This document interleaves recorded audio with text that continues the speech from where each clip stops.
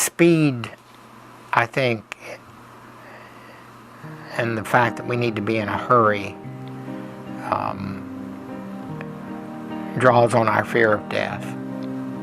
We have to get a lot done because I'm not going to last forever.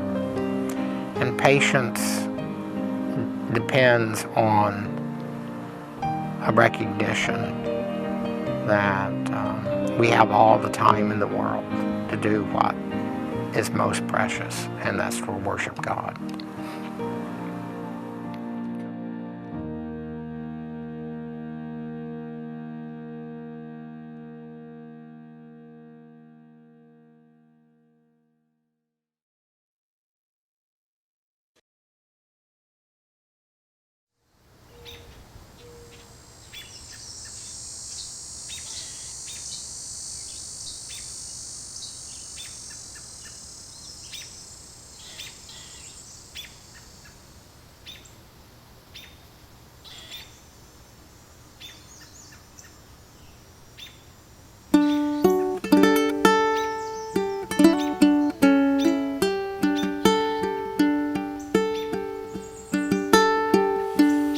Lord, I'm climbing high mountains trying to get home.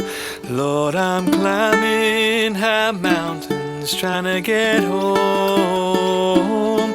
Lord, I'm climbing high mountains, climbing high mountains. Lord, I'm climbing high mountains trying to get home.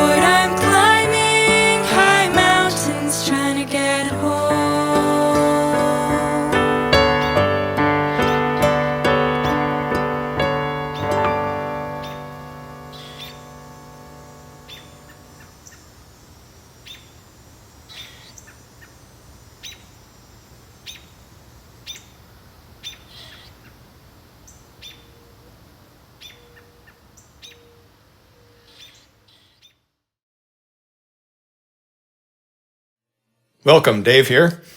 I hope you're enjoying your summer and these occasional music videos. A personal thanks to Brad and Nexus Leadership and Finance for their generous support for software and for the time to bring you these weekly episodes. And a thanks to Nexus musicians for their participation. Special thank you to Becky and Ava Booker inviting me over for a video collaboration with them this week. That music video will also be shared in an upcoming service at Highland Baptist where Becky is music director. But my reason for joining you right now is to tell you about a brief special survey that's an attempt to gather your thoughts on Nexus Fall 2020. So there's a link below in the description, and please take a minute to fill out the survey. It's an attempt to get a feel for where the Nexus community is at for the fall. That's all for me. Over to Brad. Thanks, Dave, and good morning and welcome to everyone at Nexus. Thank you for giving us your presence and attention this morning. I'm grateful for it. So thank you for joining us as we continue our summer of wisdom. And this morning we're exploring wisdom around perseverance. And Christy and Susan are going to join me this morning and bring some reflections on different aspects of perseverance. But I'm going to jump in and begin this morning. Perseverance is defined as doing something despite difficulty or delay in achieving success. Simple enough. It's the idea of keeping at something. And yet, I'm also reminded of a particularly favorite quote of mine from the comedian W.C. Fields, who said this: "If at first you don't succeed, try again. Then quit. No use being a damn fool about it." I love that. Persevere, but also know when to give up. And you know what? I think there's wisdom there. When I think about wisdom around perseverance, I'm not sure I have answers around how long to keep trying at something before giving up. But as Fields comically notes, perhaps continual perseverance eventually becomes foolishness. In fact, I don't know about you, but for me, I've actually found moments of giving up something to be actually times of clarity. When I was 27, I walked into Long and McQuaid, rented a violin, took it home. I had it for 1 month. That first day I got it home, I took it out of its case. I played it a little bit. It sounded awful. I said to myself, well, I'm going to need lessons. I'll get right on that. Put it back into its case. 3 months later, I got an email from Long McQuaid saying it was overdue and I needed to return it. And with that, I returned it. Never even got around to practicing. So when I turned 37 and decided I was going to play and learn violin, I said to myself, this time things are going to be different. I went, rented my violin, and immediately signed up for lessons. And for 2 months, every week I went to lessons. And I was immediately thrown off by how uncomfortable it is to hold a violin. I always kind of thought of it as a guitar kind of thing, but the way you have to bend your hands to sort of get the notes you need from the violin was incredibly uncomfortable. And for 2 months, I worked at it. My teacher kept saying, keep going. Eventually it'll get comfortable. But 2 months later, it still wasn't comfortable. And I had this moment where I was like, do I really want to play violin? And in that moment, the answer was no. I don't think I really want this. You see, I don't know about you, but I get a lot of notions or grand ideas in my head, things I feel a certain call to pursue. And I'm sort of impulsive that way. I'll get these ideas and pursue them eventually. And because of that, I fail or give up on a lot of things. And of course that discourages me. But what I've also found is that it can be clarifying when I give up on something. I mean, if I am willing to give up, then maybe that's a reflection of how bad I really want something. Maybe it's a reflection of what I truly value. You know, it seems to me that it's easy to want a lot of things from life. Whether we persevere in them or not is often a good litmus test for how badly and truly we want that thing. And so perseverance is a very interesting thing to me. When does persevering become foolishness? And that I'm not so sure of. I think we need wisdom from friends and communities to weigh in on that stuff. So if you were to ask me, I guess, how long you should persevere, how long should you keep taking guitar lessons or trying to water ski or investing energy into that business you're trying to get off the ground, or how long we should stick with a relationship, how many times we should fail at gardening or dieting before giving up, you know what? I don't know. I don't know. Sometimes we should keep going. Other times, maybe we should quit. I think sometimes giving up has a way of giving us a certain clarity around what we truly value and what we're truly capable of. But in thinking about this, I was really struck by this particular proverb from our wisdom tradition. Proverbs 19:21 says this: "Many are the plans in a person's heart, but it is the Lord's purpose that prevails." You know, on a very simple observational level, I found here a profound truth. Some things are worth not giving up on because they're tied to God's story. And anything that's tied to God's purposes, God's stories, God's path, well, in those things, it's worth persevering at all costs. And this, of course, reminded me of a story from Jesus about someone who was facing massive injustice. I think there's a lesson here about perseverance. The story goes this way from Luke 18. Then Jesus told his disciples a parable to show them that they should always pray and not give up. He said, in a certain town there was a judge who neither feared God nor cared what people thought. And there was a widow in that town who kept coming to him with the plea, grant me justice against my adversary. For some time he refused, but he finally said to himself, even though I don't fear God or care what people think, yet because this widow keeps bothering me, I will see that she gets justice so that she won't eventually come and attack me. And the Lord said, listen to what the unjust judge says. Will not God bring about justice for his chosen ones who cry out to him day and night? Will he keep putting them off? I tell you, he will see that they get justice and quickly. However, when the Son of Man comes, will he find faith on the earth? Now, it used to be that I saw this as a story about prayer. Essentially, keep pestering God and eventually you might get what you want. Essentially, I kind of thought of God as like this reluctant genie. If you want your 3 wishes, you just got to keep sort of rubbing it until you get what you want. But as I've grown and aged, I think my faith has matured. I think my understanding of God and Jesus has matured. At least I hope so. And so I see in this story something very different these days. Jesus is not comparing God to this judge. I mean, God is in no way like this cold, apathetic judge. I don't think Jesus ever meant for us to see this judge in this story as the God character. In fact, twice Jesus describes this man, twice, as a man who neither feared God nor cared what people thought. I mean, this judge is awful, both in his attitude and the way he operates. He could care less about God, doesn't seem to really care about justice either, even though that's his job. So what's really going on in the story? Well, we have 2 characters. There's a downtrodden widow who's seeking justice, and a powerful person, the judge, who has the power to enact change and actually deliver justice. But this guy just sees this widow as annoying. He sees the plight of this poor woman and just doesn't care. For him, you could say, widows' lives don't matter. He doesn't care about her. But she keeps asking.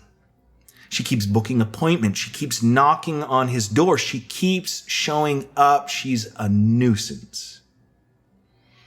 And of course, it's hard not to see certain groups of people in this woman. It's hard these days not to see our Black and Indigenous communities in this woman. It's hard not to see advocates for justice in this woman. In fact, it's hard for me not to see a portrait of our world at this very moment in this story, a world asking for justice from an indifferent and cold system of power. And I think there's such an important lesson in Jesus' story for us amidst all that is wrong in our world today. Jesus told this story to teach his disciples, to teach us we should pray and never give up in the pursuit of justice. Even when those that hold power seem indifferent and cruel and maybe even downright evil, Jesus' call here is to prayer and to persevere in the pursuit of justice. And I think those 2 together are so important because I think what happens is without the prayer part, what I think we can get sucked into is perpetual rage. Brian Zahn put it like this. He says, beware of cultivating perpetual rage. I know there's much to be angry about, but your soul cannot bear the strain of perpetual rage. Pray more. I think to persevere in justice work, what we need is more prayer. I think we need the lesson from the story. I need to be reminded that God is good and God loves justice even more than we do. But we also need to be reminded that we cannot live in perpetual anger. And I know there are many of us today that I think that without that we'll stop pursuing justice. But the call of the story seems to be the opposite. If activism for justice is fueled by anger alone, it's bound to sputter out when the energy of that moment is gone. No one can healthily maintain a continual sense of outrage, at least not while hoping to be healthy. Prayer and perseverance, the two feed each other. Both are necessary. When we carry anger too long, it becomes toxic within us. And I think what we start to learn about prayer is that prayer is not about getting the genie in the bottle to grant us our wish. It's in prayer we get to unload that. Allow God to carry our anger for us and help transform that anger, that energy into something meaningful and wise. It's in that the energy to persevere is found, even when the spotlight of the media has moved on from certain justice projects. If the proverb is right, that God's purposes prevail, then in prayer, we are reminded of that. God's purposes will prevail. Prayer reminds us of that and recharges us for mission. We're recharged to persevere. We return to work for justice again another day. We don't give up no matter what. Keep knocking on the door. We keep being a nuisance, asking and pleading and demanding justice. So the story reminds us, keep praying, persevere in the work for justice. Perseverance. I don't know if you or I should quit or persevere with that diet or that hobby we have. I don't know. But there are some things we must persevere in. Justice and prayer. Many are the plans in a person's heart, but it is the Lord's purpose that prevails.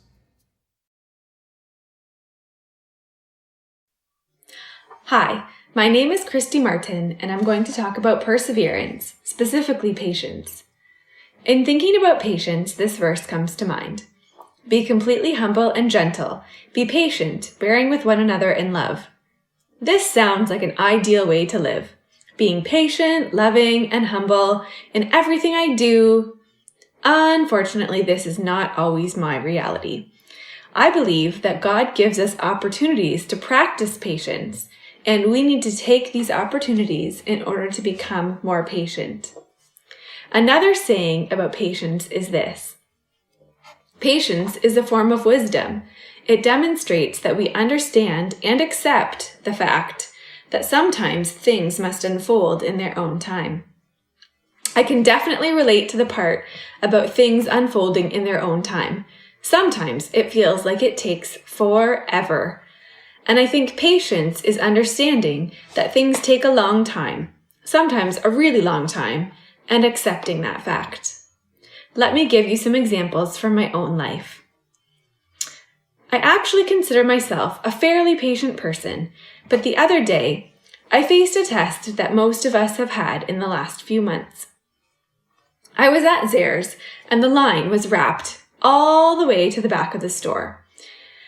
And I considered my options, which were few, and decided that I could either leave a cart full of groceries in the middle of the store somewhere, or I could wait in line. I was highly annoyed at this and was not feeling very patient at the time.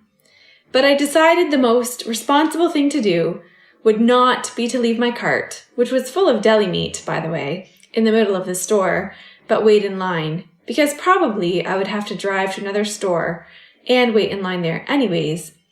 So I waited at the store I was in. I've learned to practice patience over the years in my family. My husband requires my patience as he loses his keys and wallet a few times per month. I used to get very worried and tear the house apart to help him look for this. But since I have had kids, my response is, well, you need to find it. Becoming a parent has also been a lesson in patience. My first lesson was waiting a long, long time to become pregnant with our first child. Since then, I think I have been taught patience in every stage of parenting. From waiting for your kids to fall asleep, to waiting for them to learn to walk, to waiting for them to eat their vegetables, to waiting for them to finish getting dressed. I feel like a lot of my life over the last few years has been spent waiting for something. It is difficult, and I become impatient at times.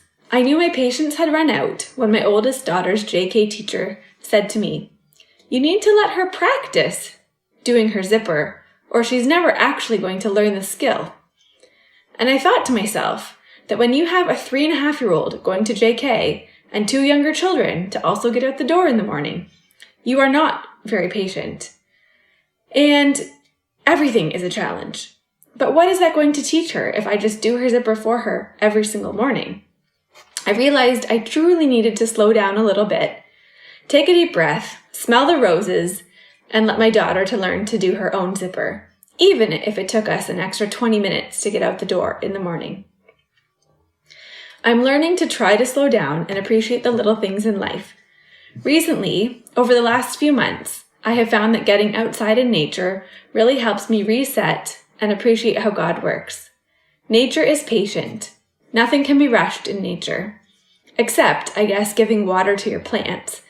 But overall, things in nature have their timing, and there's little you can do to change it.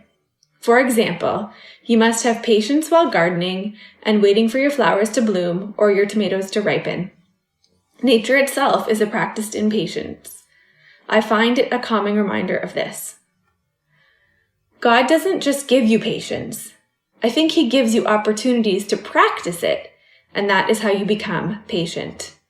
I need to take those opportunities to practice patience rather than just dismissing those times. For example, my daughter would have never learned to do her zipper if I kept rushing out the door every morning rather than standing at the door and practicing the act of being patient. Try to become more patient every day by practicing it. I think this is what perseverance is, trying something even though it is a struggle. So the next time you're waiting in a grocery store lineup that is wrapped all the way around the back of the store, be patient, practice it, and persevere with a positive attitude, because you will not be in that lineup forever.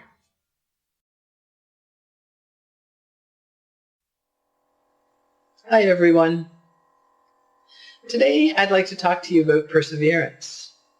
Now when people think about the qualities of perseverance, they often think of pushing through, sticking at something, a sense of determination, commitment, and persistence, not giving up in the face of difficulties and challenge. And for sure, all of those things are part of what goes into developing perseverance. But one of the aspects of perseverance that I found to be more important for me in order to stay the course is that of surrender. Now, when one hears the word surrender, it may at first seem to be the opposite of perseverance. It conjures up the thought of standing up and waving a white flag, or giving in and giving up. There's a sense of turning away from a cause and no longer pursuing it. And to be sure, that can be one implication of the word surrender. But another aspect of surrender, and the one that I think is crucial to finding the character for ongoing perseverance, is the sense of surrender where one releases one's own control in a situation so that someone else, at least temporarily, can take control. Where wisdom comes in is knowing when to release control and recognizing when one can once again resume that control. I recently saw a very touching video online documenting the story of a 4-week-old kitten named Renly whose hind legs were paralyzed. He was going to be euthanized because of his disability when Jessica heard about his situation. There was something about him that made her decide to foster him to avoid him being put to sleep. Now, as she watched Renly determinedly drag himself around by the front legs, she remarked that he was really just determined to be a normal cat. As this kitten continued in his struggle to move about, Jessica would give him physical therapy and would assist him with his walking, as well as taking him for acupuncture to help repair nerve damage. At times he would try to walk around, but then he would just give up. But over time, he began to be able to walk, and he now gets around without any assistance at all. Jessica reflects that he has taught her what strength, courage, and determination is. He persevered. As I watched the video of this cute little furball persevere in his quest to be a normal cat, I realized that, of course, much of his success was the result of his own inner determination to keep trying in the face of adversity. But he also seemed to know when to surrender to Jessica as she gave him therapy, assistance, and acupuncture. If he had been so determined to just do it all on his own and fought her off when she tried to help, he most likely would not have succeeded in moving about so well in the end. Renly had sensed when he had to surrender to Jessica with the trust that she was helping him persevere toward his goal to be a normal cat. So I too have learned in life that I cannot just soldier on in a quest for something without knowing when to surrender to others who are giving me assistance and valuable advice. I have always been fiercely independent and some may even say a stubborn person throughout my life. I have known what it's like to want to overcome obstacles on my own and digging in my heels to accomplish something I really want. And surrender and acquiescence has not been something that has come naturally to me. But over the years, as I have learned about grace, humility, and surrender, I have come to recognize that there is a deeper wisdom of knowing when to release my own control over things, to allow others to assist and encourage. And that actually propels me more quickly and effectively toward my determined goal than if I were to just push stubbornly onward on my own. Now, when you search for the characteristic of perseverance in the book of Proverbs, the one proverb that comes up is Proverbs 3, 5, and 6. Trust in the Lord with all your heart, and do not lean on your own understanding. In all your ways acknowledge him, and he will make straight your paths. Trusting in the Lord with all your heart is surrendering to the one who can guide you much more effectively than leaning on your own understanding. He knows what the right path will be. And when one has your path straightened, it means that you've got the most direct route to your desired goal. Rather than following a winding, circuitous path on your own, it takes much more energy and time. So just like Renly knew when to release control to allow others to help him carry on, I have learned that if I really want to persevere through to a desired goal, I must first surrender to God with all my heart, which means often accepting and surrendering at times to the wisdom and assistance of others. And I will indeed find the straightest path through the challenges and obstacles in life and reach my determined goal.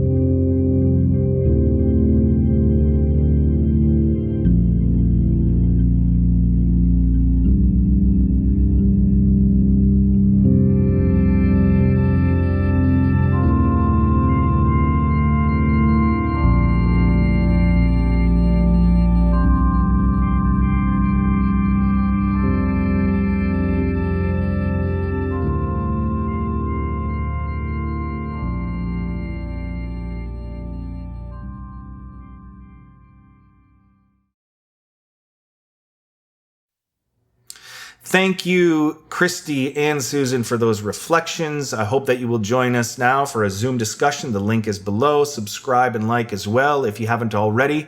And thanks for giving us your time, attention, and presence this morning. With that, go in peace.